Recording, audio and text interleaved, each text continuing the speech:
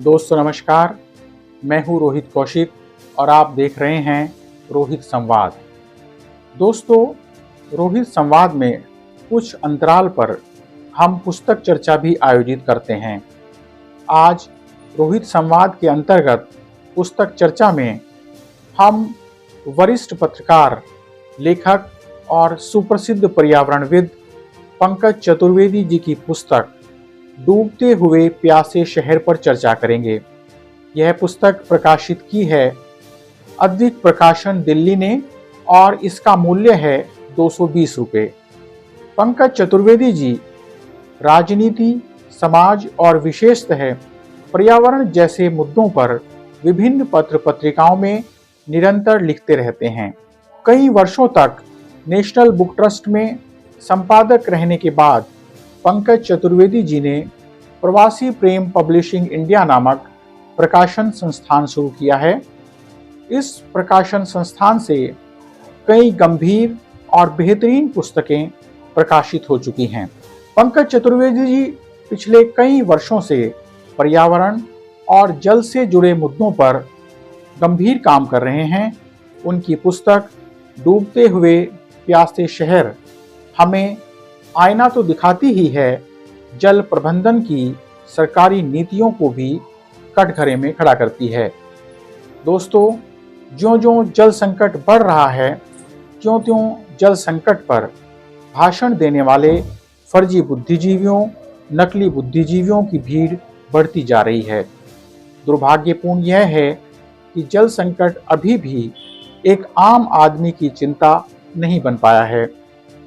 यही कारण है कि एक तरफ जल संकट बढ़ता जा रहा है तो दूसरी तरफ जल संकट के नाम पर मलाई चाटने वाले लोगों का धंधा भी दिन दूनी रात चौगुनी तरक्की कर रहा है।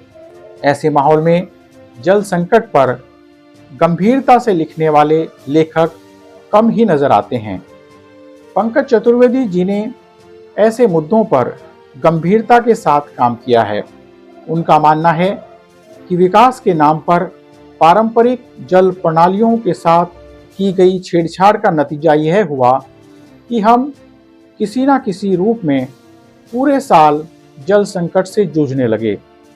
अगर हम जल संकट का वास्तविक समाधान, असली समाधान करना चाहते हैं तो हमें स्थानीय समाज के सहयोग से पारंपरिक जल प्रणालियों को पुनर्जीवित करने की कोशिश करनी होगी, उन्हें पुनर्जीवित करने का प्रयास करना होगा। इस प्रक्रिया में सबसे पहले हमें बारिश की हर बूंद को सहेजकर अपना ध्यान केंद्रित करना होगा। लेखक ने 11 अध्यायों के माध्यम से जल संकट और भारत की विभिन्न नदियों की वर्तमान स्थिति पर विस्तार से चर्चा की है।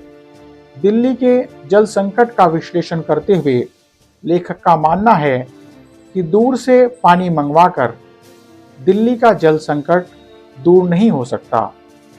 इस प्रक्रिया में खर्च भी अधिक होता है।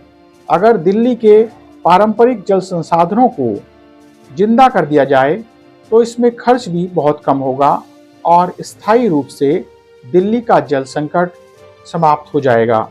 पहले दिल्ली में विभिन्न तालाब थे, लेकिन आज उन तालाबों और यमुना की स्थिति किसी से छिपी नहीं है। गुरुग्राम के जल संकट का विश्लेषण करते हुए लेखक का मानना है कि यहाँ हर साल जल स्तर 1.5 से 2 मीटर नीचे गिर रहा है। दूसरी तरफ यहाँ का पानी गंभीर रूप से रसायन युक्त हो गया है। साहिबी नदी और अरावली के संरक्षण के माध्यम से ही स्थिति में सुधार संभव हो सकता है। हालांकि बरसात में डूबता गुरुग्राम कई सवाल भी खड़े करता है। अरावली पहाड़ियों में चल रहा अवैध खनन कई तरह की समस्याएं पैदा कर रहा है। लेखक ने गाजियाबाद के जल संकट और हिंडन नदी की दुर्गति का गंभीरता से विश्लेषण किया है।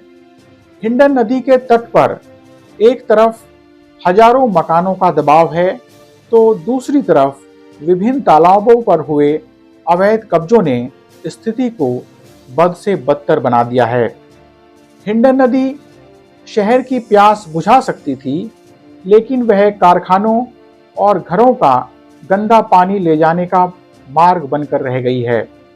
भोपाल के जल संकट और यहाँ के विभिन्न तालाबों का विश्लेषण करते हुए लेखक का मानना है कि बढ़ती हुई आबादी के साथ बरसात में सारे शहर का दरिया बन जाना एक बड़ी त्रासदी है। भोपाल के कुछ महत्वपूर्ण तालाब अतिक्रमण, गंदगी और प्रबंधन अभाव के कारण अपने अस्तित्व के लिए जूझ रहे हैं। लेखक ने श्रीनगर व कश्मीर के जल संकट का अध्ययन भी किया है। मनुष्य के लोभ और बढ़ती हुई जनसंख्या के कारण जम्मू और कश्मीर की कई आर्द्र भूमियां सिकुड़ रही हैं। करीब 2 दशक पहले डल झील का दायरा 27 वर्ग किलोमीटर था, जो अब सिकुड़कर करीब 12 वर्ग किलोमीटर रह गया है। ग्लोबल वार्मिंग और प्रदूषण के कारण कश्मीर की झीलों पर संकट के बादल मंडरा रहे हैं। लेखक ने बेंगलुरु के केप टाउन बनने के खतरे की तरफ भी संकेत किया है। दुर्भाग्यपूर्ण यह है कि बीते 2 दशकों में बेंगलुरु के तालाबों में मिट्टी भरकर कॉलोनी बनाने के साथ साथ तालाबों की आवक व निकासी को पक्के निर्माणों से रोक दिया गया है। जल निधियों में कूड़ा भरने के कारण चेन्नई भी बहुत गहरे जल संकट से जूझ रहा है। पुस्तक में तमिलनाडु के तालाबों यानी एरी पर विस्तृत चर्चा की गई है।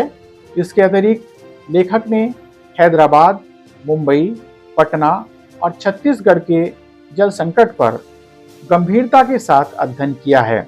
पर्यावरण और जल संकट से जुड़े विभिन्न मुद्दों के लिए इस पुस्तक को निश्चित रूप से पढ़ा जाना चाहिए। इस गंभीर और श्रम साध्य कार्य के लिए पंकज चतुर्वेदी जी बधाई के पात्र हैं। आज रोहित संवाद के अंतर्गत पुस्तक चर्चा में इतना ही।